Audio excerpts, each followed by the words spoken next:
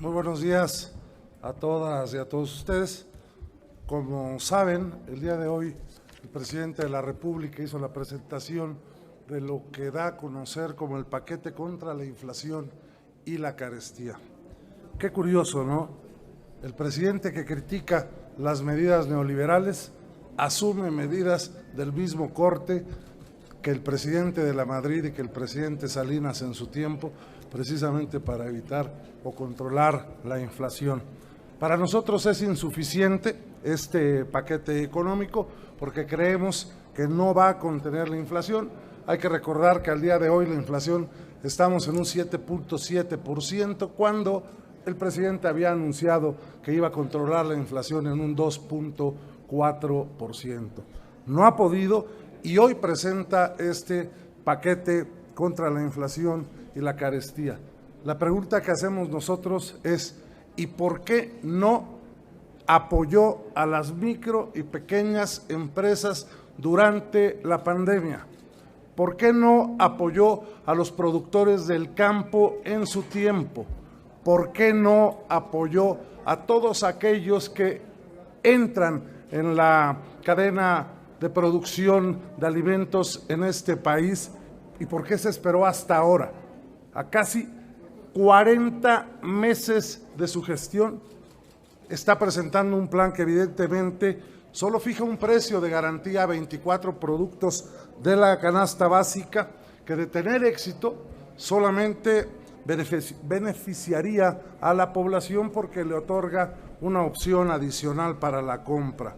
Eso es insuficiente porque esta lista de 24 productos representan solamente el 13% de los que componen el Índice Nacional de Precios al Consumidor, con el que se estima mensualmente la inflación en nuestro país. Por eso creemos que es insuficiente, porque no detendrá la pobreza alimentaria, ya que de acuerdo a los datos del Coneval, la canasta alimentaria básica incluye más de 40 productos, muchos de los cuales evidentemente no están en la lista de hoy que se da a conocer oficialmente. Y es insuficiente porque propone mantener la actual política de los subsidios a la gasolina y al diésel, 330,000 millones de pesos. Pero esto no ha evitado que las gasolinas figuren en febrero, en marzo y en abril entre los productos que han tenido mayores aumentos según datos del INEGI.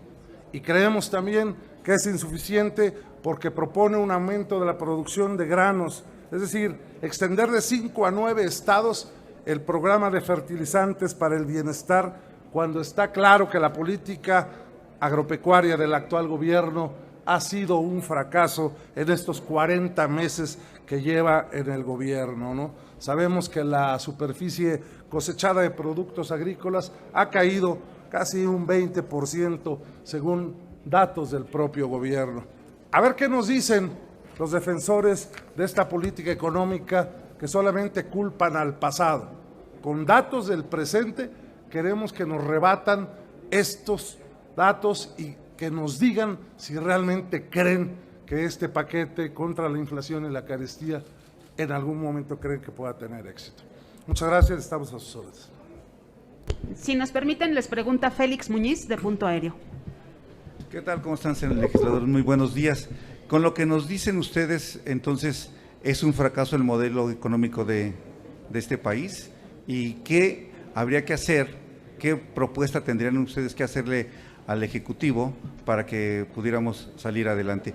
Y también en otro tema, si me permiten, este asunto del fiscal Gers Manero, parece ser que la impunidad con él está protegido, o sea, el presidente lo sigue pues protegiendo a capa y espada. No sé si ustedes tendrían que también hacer algo para que el señor pueda dejar ese cargo y sea investigado. Gracias. Gracias, Gallito. Bueno, gusto saludarte. Evidentemente es un fracaso la política económica, la política agropecuaria, la política en materia de seguridad. Pues no criticaba el presidente cuando era candidato las manos que tenía llenas de sangre el presidente Calderón en su guerra que él decía que era o había sido infructuosa, y ahora a tan solo 40 meses de gobierno ya superó no solamente los índices en homicidios dolosos y feminicidios del presidente Calderón, sino también los del presidente Peña Nieto en 6 años. Es evidente que hay un fracaso absoluto en todos los terrenos en los que se ha presentado. Ya ni hablar, por supuesto, de la política eléctrica que ha manejado en este país, que por cierto sigue incrementando los precios de las tarifas eléctricas. No sé si alguien quiere contestar lo del fiscal. Bueno, y en el tema del fiscal, evidentemente está protegiendo algo que ya es insostenible. Yo no creo, sinceramente, que el presidente de la República no tenga alguna otra carta dentro de su baraja para presentar como propuesta alternativa. Está claro que el fiscal ha fallado. Al fiscal ya no le tiene confianza ni el presidente de la República. El problema es que cómo lo quita ahorita cuando lo ha defendido a capa y espada en todos lados. Fracasó en el tema de Emilio Lozoya, fracasó en el tema de Alejandra Alejandra Cuevas. Ha fracasado en cada uno de los temas que ha manejado el fiscal, y entonces la historia nos da la razón a nosotros cuando dijimos que el que iba a ser el fiscal carnal iba a ser Gertz Manero, cuando nosotros en su momento propusimos que fuera una fiscalía independiente y autónoma del Ejecutivo para que diera resultados. No ha sido así, ha sido un fracaso. Y bueno, ustedes como diputados, si me lo permiten, está en sus manos y en su cancha ahorita la reforma electoral. ¿Ustedes como grupo siguen compactos en no salirse, en no renunciar por ahí para dar un voto y que no los nombren traidores a la patria? Bueno, yo adelanto, te recomiendo mi columna del día de hoy, Gallito. Adelanto que por lo menos en lo personal hay 3 cosas que por supuesto nos hacen pensar que no se puede acompañar esta propuesta. Vamos, el querer apoderarse del Instituto Nacional Electoral ha provocado una reacción no solamente de los partidos de oposición que están unidos en torno a esta posición de defensa del Instituto Nacional Electoral. Nada más para un ejemplo claro, la propuesta del presidente, que por cierto presentan el titular de la Unidad de Inteligencia Financiera y el titular de aduanas de este país, como si no tuvieran que hacer en sus respectivos campos, presentan la reforma electoral. Pero fíjense, en la propuesta del INE, para los consejeros, cada poder de la Unión presenta 20 candidatos y esos van a una elección por el voto mayoritario. Pues sí, nomás que el presidente tiene la propuesta de la tercera parte, y si tiene el control de la Corte, tiene otros 20, y si tiene el control del Legislativo, pues tendrá 60 propuestas el presidente.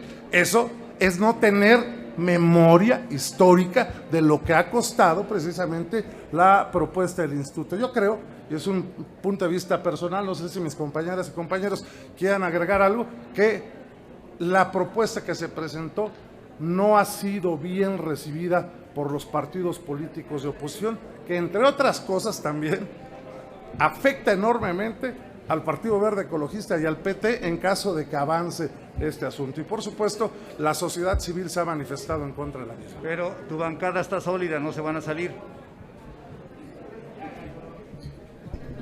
La siguiente pregunta es de Leticia Robles de la Rosa de Excelsior. Hola, Leti. Buenos días, diputadas, senadoras, diputados. Me da mucho gusto ver a don Humberto. Tenemos un pasado en común en la 60 y 61. Preguntarles, este anuncio que ha dado el presidente de la República el día de hoy, si estamos en un retroceso, en una regresión, así es en México de finales de los 80, con los pactos para la estabilidad y el crecimiento económico que impulsó el gobierno de Miguel de la Madrid. Y si es así, ¿cuáles son o serían brevemente las características diferentes entre ese país de finales de los 80 y este país del 2022, como para poder hablar de una similitud de estos y diferencias de estos pactos? Y por el otro lado, preguntarles ¿Cómo están previendo esta dinámica de trabajo con el bloque oficialista? ¿Creen ustedes que va a incendiarse el pleno de la permanente al abordarse este tipo de temas, o creen ustedes que el oficialismo evitará que estos temas se lleven al debate en la tribuna? Muchísimas gracias. Gracias, Leti. Un gusto en saludarte de nuevo. Evidentemente, a ver, el presidente criticó como candidato y como presidente de la República a los gobiernos neoliberales y está utilizando las mismas fórmulas que utilizó Miguel de la Madrid cuando había una inflación galopante, la misma fórmula de Carlos Salinas de Gortari. La única diferencia es el lenguaje. Antes involucraban a todos los sectores de la sociedad, el sector social, el sector empresarial. Ahora es el grupo de empresarios que están apoyando este asunto. Son las mismas medidas: garantizar precios, garantizar importaciones, precisamente para tener un stock. Vaya, vamos a importar carne de cerdo, carne de res, carne de pollo, maíz. Hombre, en México, si se hubiera apoyado desde el principio a los pequeños y medianos productores, ese problema no lo tendríamos. Pero hubo recortes en fertilizantes, hubo recortes en apoyo a los programas a productores y al campo mexicano. Pues hombre, evidentemente se recicla la historia. Lo dijimos en el tema de la reforma eléctrica. Haberla aprobado era haber regresado 40 años en la historia política de este país.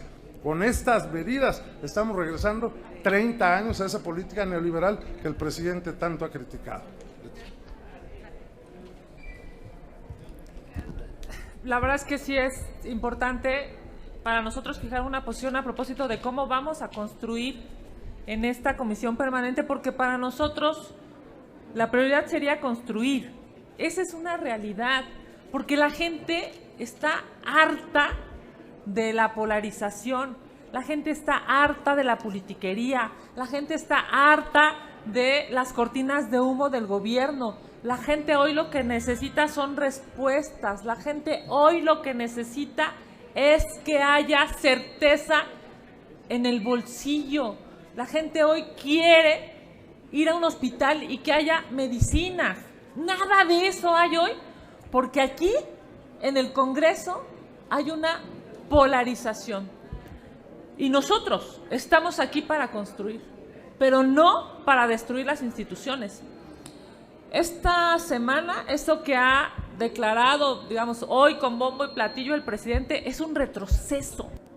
Es la forma más burda de regresar al país al siglo pasado.